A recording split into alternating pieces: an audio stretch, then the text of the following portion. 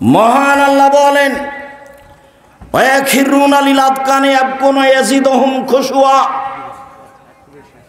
যারা আল্লাহর ভয়ে মাটিতে লুটিয়ে পড়ে কান্নাকাটি করে, কান্নার শব্দ তাদের ভীতিকে আরো বেশি করে দেয়।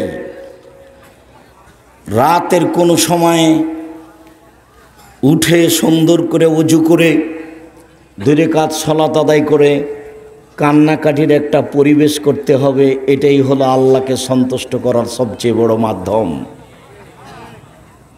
এই নিয়েই একটা লম্বা আলোচনা আপনার সাথে আজকে আছে। দয়া করে আমাকে কোনো কাজ দেখাবেন না, আর কোনো ছেলে মেয়ে পাশে থেকে উঠে পরিবেশ যেন নষ্ট না করে। আমরা আব্দুল্লাহ বিন ফজল রাহিমাহুল্লাহ নই যে ভোর পর্যন্ত বক্তব্য দিব, ওই হিসাব মাথাতে নেই। মহান আল্লাহ বলেন, যখন তাদের সামনে কোরআন মাজিদ তেলাওয়াত করা হয়, খাররু সুজ্জাদাও ওয়া কিয়ামা, সুজ্জাদাও বকিয়া, তারা কোরআন তেলাওয়াত শুনে মাটিতে লুটিয়ে পড়ে কান্না অবস্থায়। হাজারো পুরুষ, হাজারো নারী আল্লাহর ভয়ে কেঁদে মাটিতে লুটিয়ে পড়ে।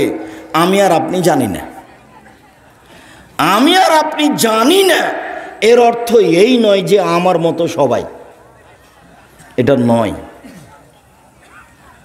মহান আল্লাহ বলেন, ইন্না নাখাফু ইয়াওমান, আমি সেই দিনকে ভয় করি যেদিন খুব কঠিন দিন, মানুষের পাপ রাশি চতুর্দিকে ছড়িয়ে পড়বে, কেউ তার পাপকে ঢেকে রাখতে পারবে না।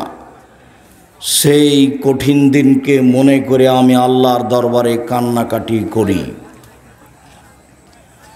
মহান আল্লাহ বলেন, ওমাইয়ুতিল্লাহ ওয়া রাসূলাহু ওয়া ইয়াখশাল্লাহ, যে ব্যক্তি আল্লাহকে মানে, রাসূলকে মানে, আল্লাহকে ভয় করে, ওরাই হলো সফল মানুষ।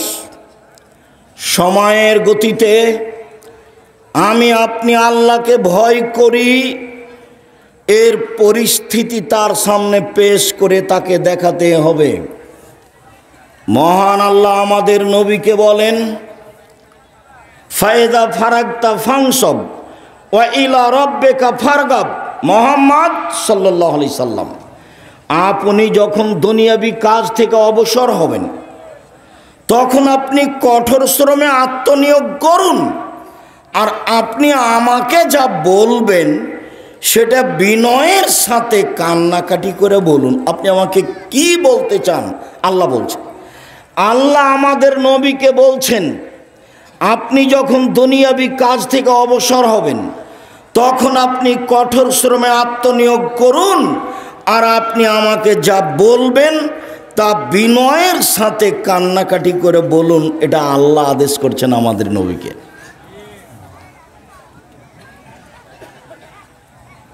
আবু রায়হানা রাদিয়াল্লাহু তাআলা আনহু বলেন, রাসূল সাল্লাল্লাহু আলাইহি ওয়াসাল্লাম বলেছেন,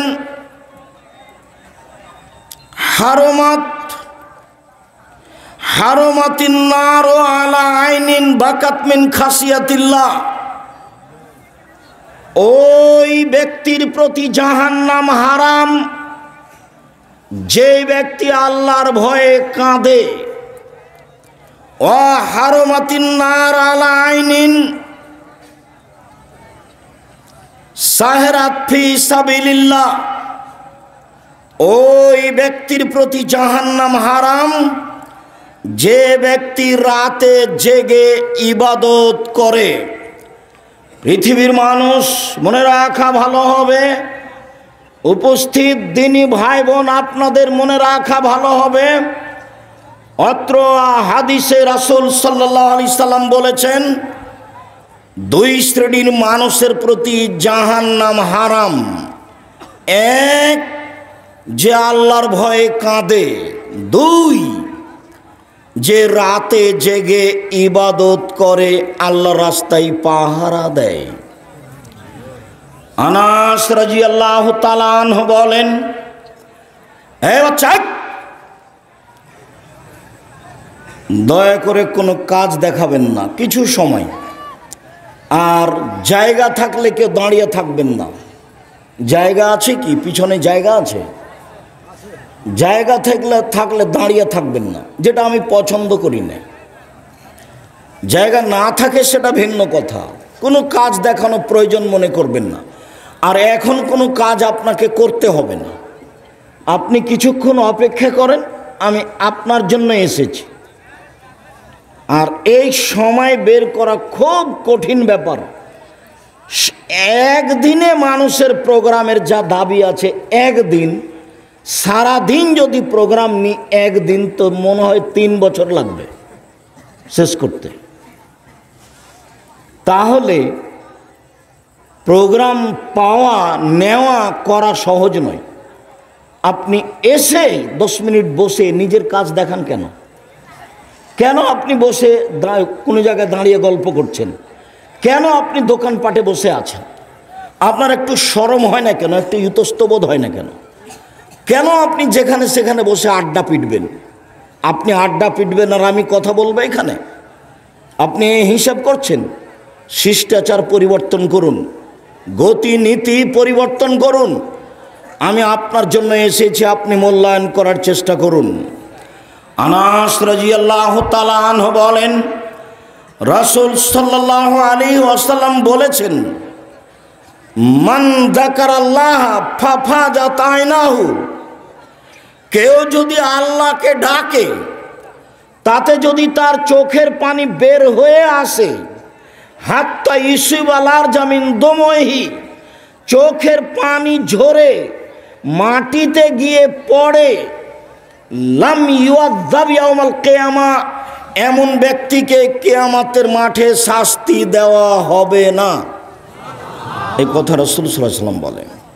কেউ যদি আল্লাহর ভয়ে কাঁদে, তার চোখের পানি যদি মাটিতে ঝরে পড়ে, সেই ব্যক্তির বিচারের মাঠে জাহান্নাম ঘোষণা হবে না। এই কথা মুহাম্মদ সাল্লাল্লাহু আলাইহি সাল্লাম বলেন। ইবনে আব্বাস রাদিয়াল্লাহু তাআলা আনহু বলেন, রাসূল সাল্লাল্লাহু আলাইহি ওয়াসাল্লাম বলেছেন, আইনানে লা তামাসসুহুমান নার, 2 শ্রেণীর মানুষ জাহান্নামে যাবে না। 2 শ্রেণীর মানুষকে জাহান্নাম স্পর্শ করবে না। আইনুন বাকাত মিন খাসিয়াতিল্লাহ, 1 শ্রেণীর মানুষ যে আল্লাহর ভয়ে কাঁদে। 2 আইনুন হারাসাত ফি সাবিলিল্লাহ, আরেক শ্রেণীর মানুষ যে আল্লাহ রাস্তায় পাহারা দেয়। যে আল্লাহ রাস্তায় পাহারা দেয় তাকে জাহান্নাম স্পর্শ করবে না। যে আল্লাহ রাস্তায় কাঁদে তাকে জাহান্নাম স্পর্শ করবে না। এই ছেলেরাই, তোমরা যাও, সরো এখান থেকে। এই যারা দায়িত্ব পালন করছো, কে তোমরা? এদেরকে চলে যেতে বলো। আর ওখানে তোমরা দায়িত্ব পালন করছো, কথা বলে নাকি মুখ বন্ধ করো। এই ছেলেরাই যাও, এই যে দাঁড়িয়ে আছে এদেরকে চলে যেতে বলো, দ্রুত বলো। হয় তোমাকে বসতে হবে, না হয় কেটে পড়তে হবে। তুমি এখানে বেয়াদবি দেখায় না, আমি পছন্দ করি না। ওই যে যারা বিরোধিতা করে তার কেটে দিচ্ছে, ওখানে যাও। আর মনে রাখো, আমি আব্দুর রাজ্জাক বিন ইউসুফ। না চিনা থাকলে ভালো করে চিনে নাও। যদি তোমার চিনতে অসুবিধা থাকে, আবার ভালো করে চিনে নাও, আমি আব্দুর রাজ্জাক বিন ইউসুফ। তুমি সব তার কাটে দিলে আমি খোলা মাঠে বক্তব্য দিব। তোমার কিছু করার নাই, কিছু করতে হলে উপরে বলতে হবে। উপরে যতদিন পর্যন্ত সিদ্ধান্ত পরিবর্তন না হবে, তুমি কেন, তোমার বাপও কিছু করতে পারবে না। তুমি 14 গোষ্ঠী মিলে কিছু করতে পারবে না, হারিয়ে যেতে হবে। হারিয়ে আছো। সারা বংশ, দেশ, এলাকা মিলে কিছু করতে পারবে না, হারিয়ে আছো। এক জামিয়া সালাফিয়া সারা দেশ দখল করে আছে, ইনশাল্লাহ, আলহামদুলিল্লাহ, সারা দেশ দখল করে আছে। তুমি প্রতিষ্ঠান খুঁজে বের করো, কোথায় কোন কওমি মাদ্রাসায় 300 জন শিক্ষক শিক্ষিকা আছে। এদেশের কোন প্রতিষ্ঠানে আছে? এদেশের কোন প্রতিষ্ঠানে 32 লক্ষ টাকা মাসে বেতন লাগে? তুমি বুঝতে পারছো না? হিংসাটা রেখে দিয়ে, ভদ্রতা বজায় রেখে, কিছু বললে আল্লাহকে বলো, কোরআন হাদিস শোনে মেনে চলো, কোরআন মাজিদ পড়ো, 5 ওয়াক্ত সালাত আদায় রেখো, আড্ডা পিটো না। 4টা কথা মনে রাখতে হবে: 5 ওয়াক্ত সালাত আদায় করতে হবে, হালাল রুজি উপার্জন করতে হবে, কোরআন তেলাওয়াত করতে হবে, 2 জন যেখানে বসে আছে সেখানে বসতে হবে না। আমার জীবনে কোনোদিন আমি চায়ের স্টলে বসিনি, বেঁচে আছি তো। আমি জীবনে কোনোদিন চায়ের স্টলে দোকান পাড়ে বসিনি, তো আছি তো বেঁচে। আমি বেঁচে নাই আপনাদের মাঝে, বেঁচে আছি তো, চলছে তো। আড্ডা পিটতে হবে না, ওখানে কারো বদনাম করবেন, এক বদনামে সারা জীবনে তাহাজ্জুদ পড়েছেন, এক পাল্লাতে দিলে এক বদনামে সব খেয়ে ফেলে দেবে। কাজেই যেখানে 2 জন লোক বসে আছে ওখানে বসবেন না। কাজে গেছেন দোকানে, আসসালামু আলাইকুম ভাই, জিনিস 1 কেজি লবণ কিনতে এসেছি, দেন, আর 100 মরিচ দেন, কিনা শেষ হয়ে গেছে, আসসালামু আলাইকুম। ওখানে 1 মিনিট দেরি করবেন না। ওখানে কারো বদনাম হচ্ছে, খালি যদি বলেন আসলেই খারাপ, ঠিকই বলেছিস, আসলেই খারাপ, আর রেহাই হবে না। এই যে ভাষাটা আপনি মুখ দিয়ে বের করলেন, এটা এখন আপনি কি দিয়ে ঠেকাবেন?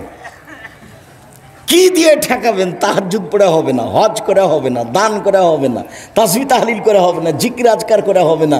তাহলে আমি কি করলাম? এমন কি বিপদে পড়ে গেলাম? আপনি যার ব্যাপারে বলেছেন ভালো, ঠিকই বলেছিস, আসলেই খারাপ, তার হাত ধরে বলতে হবে, ক্ষমা করলে হবে, না হলে বিচারের মাঠে ও নেকি নিয়ে নেবে, অবাক বিচার। ও নেকি নিয়ে নেবে, অবাক বিচার। এইভাবে রাসূল সাল্লাল্লাহু আলাইহি ওয়াসাল্লাম বিচারের কথা বলেছেন, অবাক বিচার।